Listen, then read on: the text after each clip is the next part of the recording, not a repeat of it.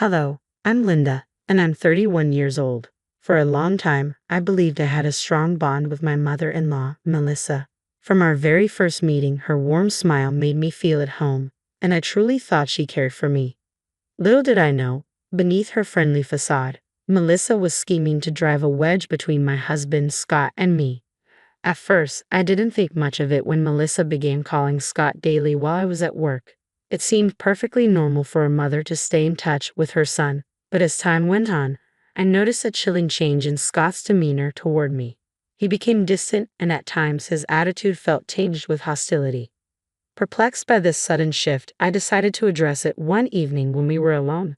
"Scott, is everything okay? You've been acting differently," I asked. His response was curt. "I'm fine, Linda. Just leave me alone. Isn't that what you want?" He snapped back.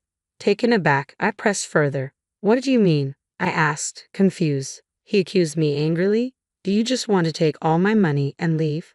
My heart sank at his accusation. "How could you think that? Where is all this coming from?" I demanded, feeling deeply hurt. Scott sighed, his expression softening as he sank into a chair, burying his face in his hands. "I'm sorry for lashing out, Linda. It's just, something's been bothering me," he admitted. "What's going on, love? We can face anything together," I reassured him, hoping to lighten his load. After a moment of hesitation, he confessed, "It's hard to say this, but my mom has been saying negative things about you during our calls." I was shocked. Melissa, the woman I had come to regard almost as a second mother, speaking ill of me. Initially, I struggled to believe what Scott was telling me.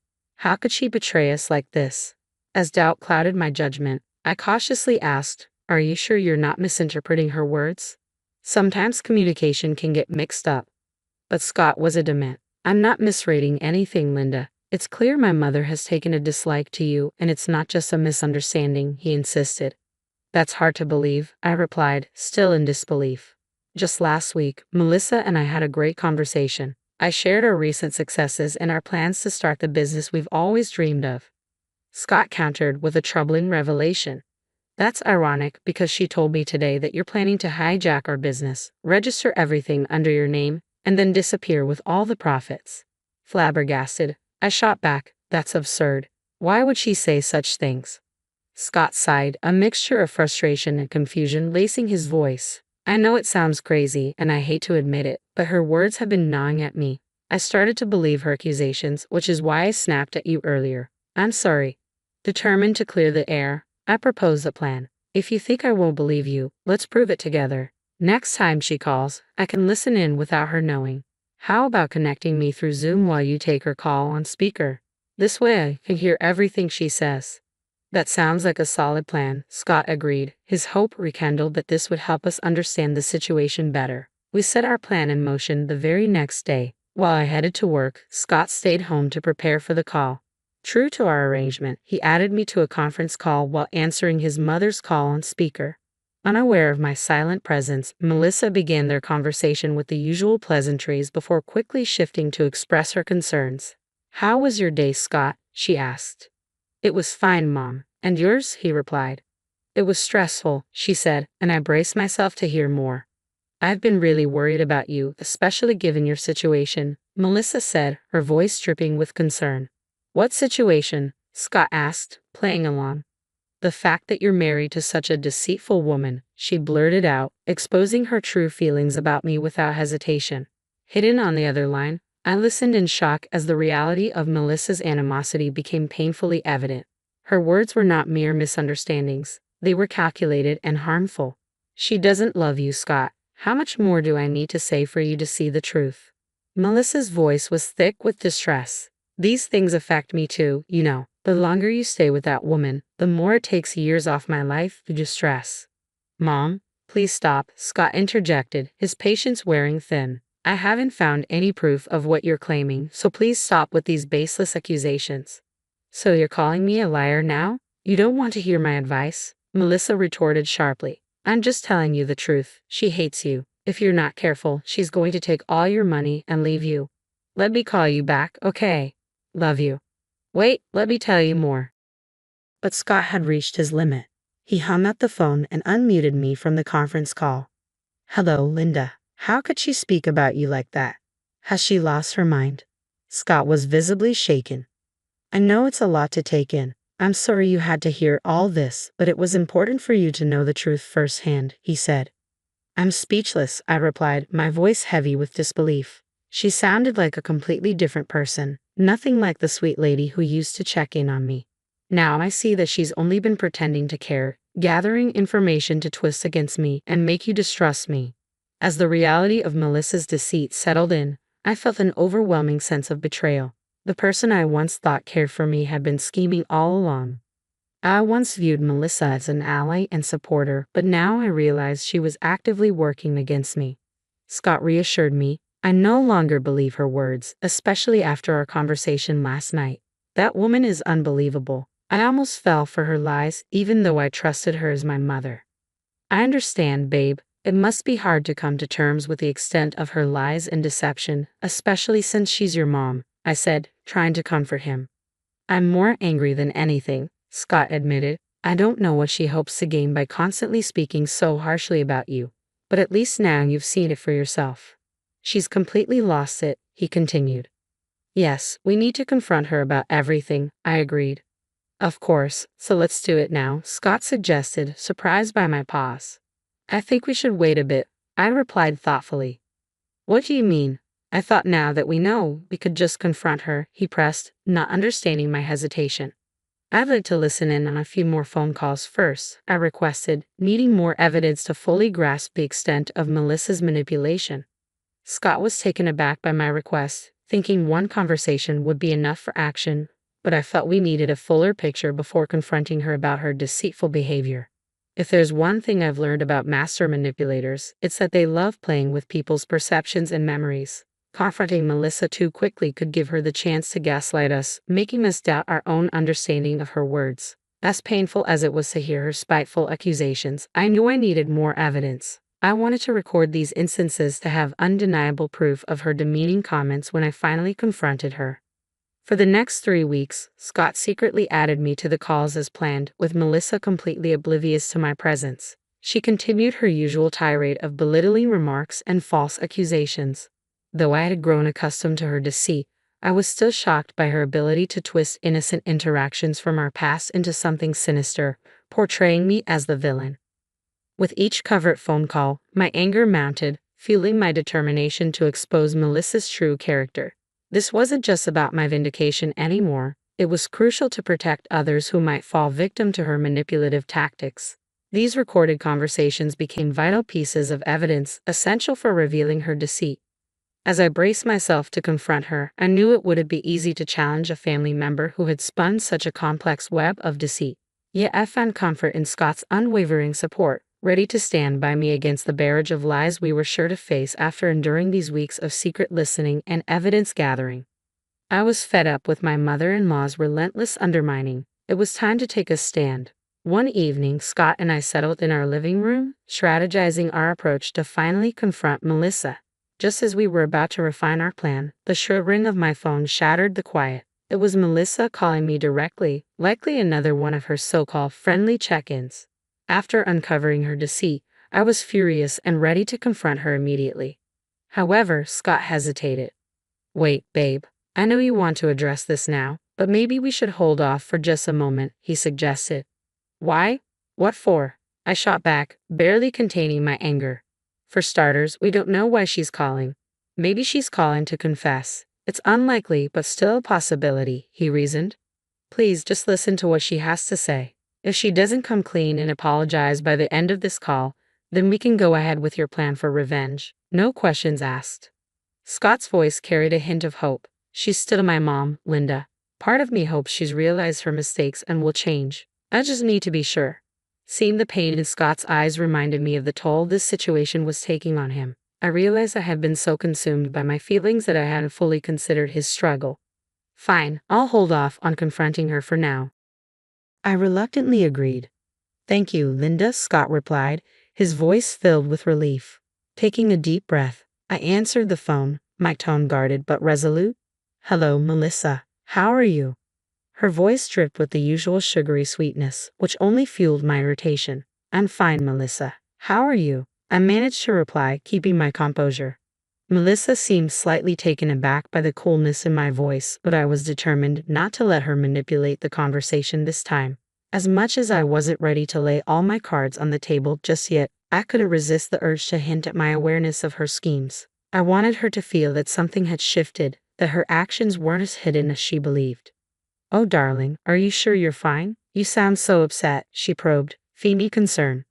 "I suppose I'm a bit upset, Melissa," I said, trying to maintain a calm yet firm demeanor. "You see, I've recently come across some rather shocking news." "What news, dear?" she inquired, her voice laced with a mix of curiosity and caution. "Well, it turns out that someone has been speaking very unkindly about me, slandering my name for no apparent reason. Perhaps out of jealousy or something else," I continued, choosing my words carefully. "Oh dear, how awful," Melissa responded, her tone attempting to mimic sympathy. "Yes, it is awful, Melissa. Have you ever encountered someone so cruel that they would harm another's reputation for no reason?" I asked pointedly, subtly steering the conversation toward her behavior. The silence that followed was telling. Through this carefully veiled dialogue, I aimed to let her know I was onto her, setting the stage for a confrontation that, while postponed, was inevitable. "I think we need to continue this conversation tomorrow, dear. I'm suddenly feeling very tired," she said hastily, cutting me off before I could react to her swift exit. As soon as the call ended, Scott's phone buzzed with a new notification. It was a text message from Melissa. "Got another update on your slimy wife. Someone else has been talking about her too. Turns out I'm not the only one who thinks she's no good. You need to get out of that situation while you can. I'll call you tomorrow while she's at work to tell you the full story." Both Scott and I were stunned, deeply hurt by her ongoing deception. The sight of the text seemed to obliterate any lingering doubt Scott had about his mother's duplicity. He looked ready to take decisive action. "We need to stop her, Linda. How can she continue to be so deceitful?" he said, his voice a mix of anger and resolve. "It seems she cut the call short to fabricate more lies about me to tell you tomorrow." "This is sickening, Scott. I can't believe she would go to such lengths," I replied, feeling a swell of outrage and sadness. "I don't care that she's my mother. She's wrong, and she must be held accountable for the pain she's causing us," Scott declared, his face set in determination.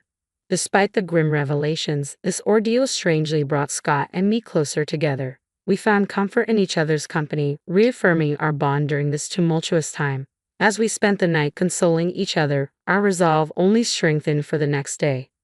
I headed to work with a renewed sense of purpose, knowing we were finally going to confront this issue head-on later. Scott called me, signaling it was time to execute our plan. As usual, he added me to a conference call while Melissa was on the line, unaware of my presence. Once the usual pleasantries were exchanged, Melissa wasted no time diving into her fabrications. "Oh, what a day it's been. You wouldn't believe what they've been saying. Some people are accusing her of embezzling funds and bribing officials to get her way. I was so upset. I practically begged for your comfort yesterday." I played along, but her words ignited a fire in me. "Really? Is that how you remember our conversation from last night?" I interjected, finally breaking my silence. The surprise in her voice was palpable as she realized I had been listening all along. "I don't remember saying or doing any of those things at all," I stated calmly, my voice clear and unwavering. Caught off guard, Melissa nearly choked on her drink, probably thinking she was hallucinating for a moment. "Don't worry, Melissa, you're not imagining things. I'm here on a conference call with Scott. I've been listening to your conversations for the past 3 weeks," I revealed, my tone steady. "Linda, how did you? I believe there's been a misunderstanding," Melissa stammered, her voice pitching with panic. I let out a cold laugh, refusing to let her twist the narrative. "Oh please, don't insult my intelligence, Melissa. The act is up. I'm fully aware of the games you've been playing and the lies you've been feeding Scott. We're no longer going to be pawns in your schemes. I can't believe you'd be so cruel and manipulative for no reason." "What drove you to do this?" Scott chimed in, his tone a mix of disbelief and frustration. "So, you think you're better than me now, Scott? Do you think you're some kind of hero trying to save the day? I haven't done anything wrong. I was just discussing hypothetical situations. It's not my fault you two misunderstood everything." "You're pathetic, Melissa. Even now, after being caught, you're trying to cover your tracks so clumsily," I countered sharply. "But don't worry, I've recorded everything you've said. Let me refresh your memory a bit." I then played some of the audio recordings. For weeks, I had listened to those cruel words. and each time they sent chills down my spine.